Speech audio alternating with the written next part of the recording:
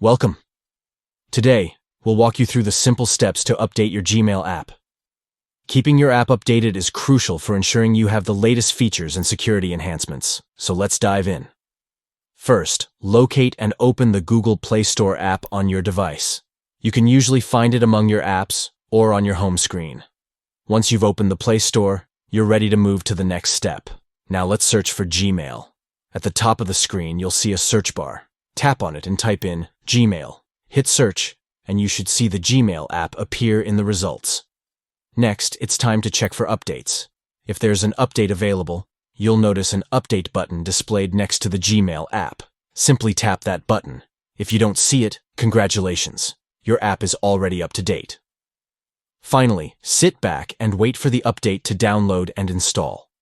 The time this takes can vary, depending on your internet connection speed, but it typically only takes a few minutes. Once the update is complete, you're all set to enjoy the latest features and improvements in your Gmail app. Thanks for watching, and don't forget to like and subscribe for more helpful tips.